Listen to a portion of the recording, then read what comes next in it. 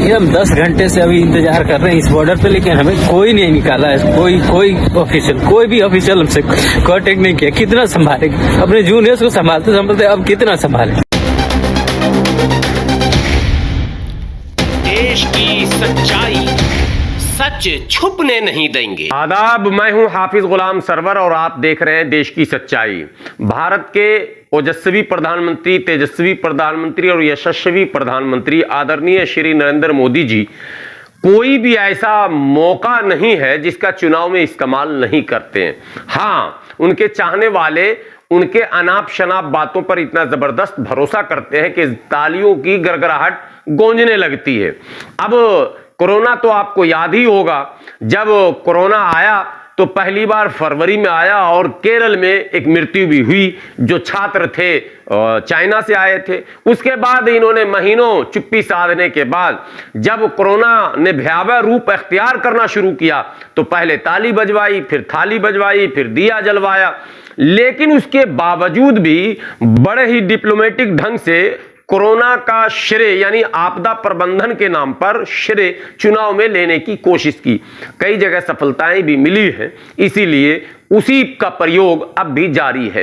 Russia Ukraine वार जो है वो तमाम चर्चे में है। आप जान रहे हैं कि आज 5वां दिन है लगातार रशिया यूक्रेन पर हमला कर रहा है। यूक्रेन जो है वो डिफेंस कर रहा है, बचाव कर रहा है, लेकिन इस सब के बीच एक बड़ी खबर यह है कि यूक्रेन में जो छात्र, भारतीय छात्र जो मैंने मेडिकल की पढ़ाई कर रहे हैं, मेडिकल की पढ़ाई यूक्रेन, रशिया, चाइना जैसे कई यूरोपीय क्षेत्रों में भारत के छात्र जाकर कर रहे हैं। और ये गर्व की बात नहीं है, बल्कि भारत में इस तरह की व्यवस्था नहीं है तो मिडिल क्लास के लोग गैप निकालकर, जिन्हें कम मार्क्स आता है या और कुछ कमियां होती हैं, तो वो फॉरेन में जाकर MBBS जैसी डिग्री लेकर आते हैं। हालांकि सरकार चाहती तो इसकी व्यवस्था भारत में हो सकती थी। दूसरे देश के छात्र हमारे यहाँ आने चाहिए क्योंकि हम महान हैं, लेकिन हम इतने महान हैं कि हम मेहमान हैं, और मेहमान ऐसे हैं कि आज संकट की घड़ी में हमें कोई पूछ नहीं रहा। लेकिन आदरणीय प्रधानमंत्री उत्तर प्रदेश के चुनाव में अभी इसी वक्त संबोधन कर रहे हैं, छठे चरण के चुनाव प्रचार में, और कह रहे हैं कि जितने भी आपदा के अवसर आए दुनिया के तमाम देशों में, जहां भी भारतीय रहा, एक एक भारतीयों की हमने मदद की, उसे सुरक्षित घर लाया, और आपदा जो भारत में आया उसमें भी हमने सबको सुरक्षित घर पहुंचाया। तो सवाल नंबर 1 के जब भारत में आपदा आया था कोरोना काल में, तो कितने लोगों को सुरक्षित सरकार ने घर पहुंचाया, यह बताने की जरूरत है क्या?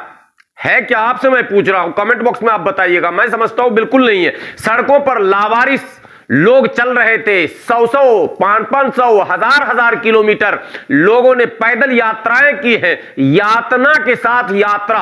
ये कोरोना में देखने को मिला। महिलाएं अपने बच्चों को गोद में ली हुई और सर पर सामान ली हुई, पांव में छाले पड़ गए हैं, रास्ते में कोई खाने पीने का इंतजाम नहीं। आम लोग मदद में सामने आ रहे हैं, संगठन आ रहे हैं, लेकिन सरकार नहीं आ रही। हां, सरकार ने एक काम किया, पुलिस को यह आदेश दे दिया कि जो लोग भी सड़क पर दिख जाए, मजबूर हो या मजदूर हो, उनका स्वागत जो है डंडे से जरूर करना। वो पुलिस ने बखूबी किया था, वो दृश्य आपके सामने। लेकिन प्रधानमंत्री जी शरह ले रहे और मतदाता नारे भी लगा रहे। बहरहाल मुबारक हो ऐसे मतदाताओं को।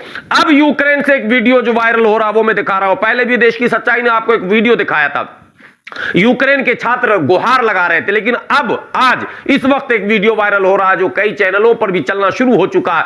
लेकिन उसमें यह कहा जा रहा है कि 25 किलोमीटर पैदल चलने के बाद भी सर्दी में हम लोग कई घंटे से यहां डरे और सहमे बैठे हैं, और तमाम तरह के संपर्क सूत्र को इस्तेमाल करने के बाद भी कहीं से किसी तरह का कोई आश्वासन नहीं मिल रहा सरकार की तरफ से।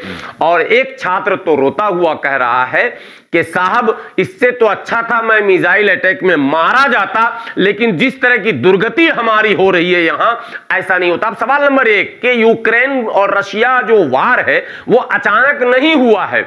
जिस तरह से कोरोना अचानक नहीं आया था, इसी तरह से यह वार भी अचानक नहीं हुआ। पिछले 4-5 महीने से टेंशन चल रहा था, अनुमान लगाया जा रहा था, शंकाएं जताई जा रही थी कि किसी भी क्षण वार हो सकता है। तो सवाल नंबर 1 कि भारत सरकार ने अपने छात्रों को पहले समय से पहले क्यों नहीं निकाला, क्यों नहीं ये नोटिफिकेशन जारी किया गया कि यूक्रेन, रशिया और उसके क्षेत्र में जितने भी छात्र चाहे या मजदूर या जो भी भारतीय हो, उन्हें फौरन उस देश को खाली कर देना है और वो भारत लौट जाए, अमुक तारीख तक भारत आ जाए।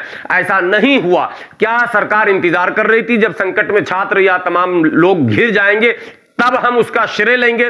बहरहाल पहले प्रधानमंत्री जी का यह भाषण फिर सुनिए, उसके बाद मैं आपको बताऊंगा कि प्रधानमंत्री जी कह क्या रहे हैं चुनाव में, मतदाताओं से वोट क्या कहकर मांग रहे हैं, और फिर उस छात्र के गुहार को भी सुनेंगे, उसके आंसू को भी देखेंगे। पहले सुने प्रधानमंत्री जी का भाषण। भाई और बहनों, बीते 2 साल से दुनिया में जो स्थिति बनी है उससे आप सभी परिचित हैं। कोरोना की भयंकर महामारी पूरी दुनिया को, पूरी मानव जात को 100 साल में कभी ऐसी महामारी का सामना नहीं करना पड़ा था। दुनिया के बड़े बड़े देशों के सामने संकट खड़ा हो गया। इस समय भी जो वैश्विक हालात है उस पर प्रत्येक भारतीय की नजर है। इस चुनौती भरे कालखंड में भारत ने हमेशा अपने एक एक नागरिक के जीवन की सुरक्षा को सर्वोच्च प्राथमिकता दी है। जहां भी संकट आया, हमने अपने नागरिकों को सुरक्षित वापस लाने के लिए कोई कोर कसर नहीं छोड़ी है।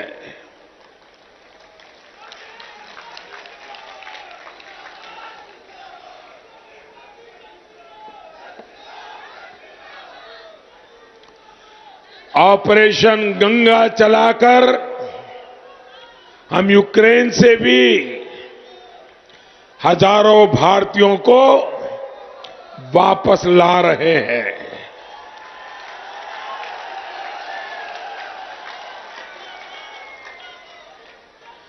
हमारे जो बेटा बेटी अभी भी वहां हैं, उनको पूरी सुरक्षा के साथ अपने घर पहुंचाने के लिए सरकार दिन रात काम कर रही है।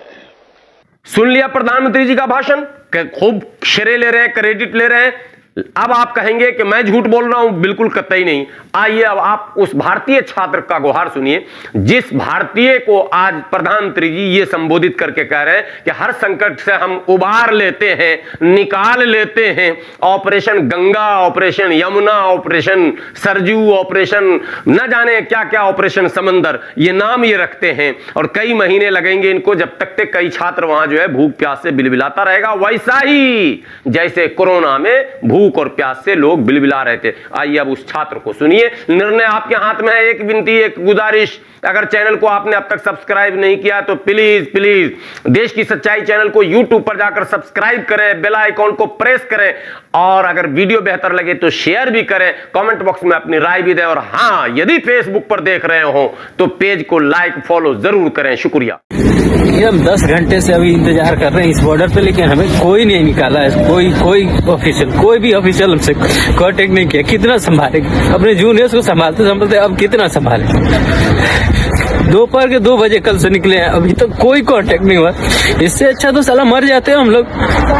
वहीं कोई आके मिसाइल मार देता, हमें कोई माँ बाप ही नहीं है यहाँ पे, कोई पूछने वाला ही नहीं है। सिर्फ बातें हो रही है कि हाँ आपके लिए ऑफिसर खड़े हैं। कौन ऑफिसर खड़ा है? कोई नहीं खड़ा है यहाँ पे। कैसे निकलेंगे हम?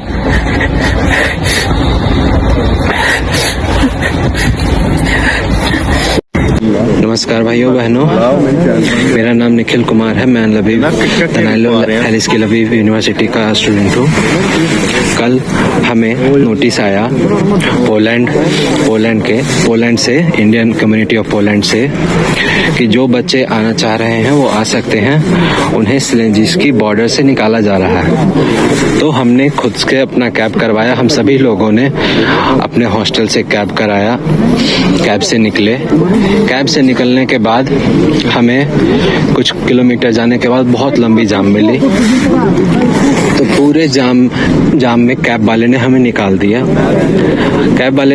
तो हमने खुद चल के 25 किलोमीटर, कोई 25 किलोमीटर, कोई 30 किलोमीटर, सभी लोग चल के आए हैं बॉर्डर पे, यहाँ पोलैंड के बॉर्डर पे। और यहाँ बॉर्डर पे हमारे साथ ऐसे सलूक हो रहा है। हम 10 घंटे से यहाँ पे लाइन में लगे हुए हैं और एक एक करके बस एक वैन से 8 या 10 लोगों को एक बार में हमें बॉर्डर पे पहुंचाया जा रहा है। और कभी कभी तो ऐसा भी हो रहा है कि बस यूक्रेनियन लोगों को पहुंचाया जा रहा है और हमें कुछ नहीं दिया जा रहा है, हमें पहुंचाया ही नहीं जा रहा है। पिछले 8 घंटों से यहाँ खड़े हैं इस ठंड में, -3 डिग्री सेल्सियस में, बिना खाए बिना पिए। ये देखिए, बहुत सारे लोग हाइपोथर्मिया के कारण बार बार एम्बुलेंस आ रही है, बार बार वो हाइपोथर्मिया के कारण जा रहे हैं। कितने इंडियन स्टूडेंट्स वापस हाइपोथर्मिया के कारण एम्बुलेंस से गए। सी दिस, देखिए, पिछले 10 घंटों से हम लोग यहाँ पे खड़े हैं, 10 घंटों से।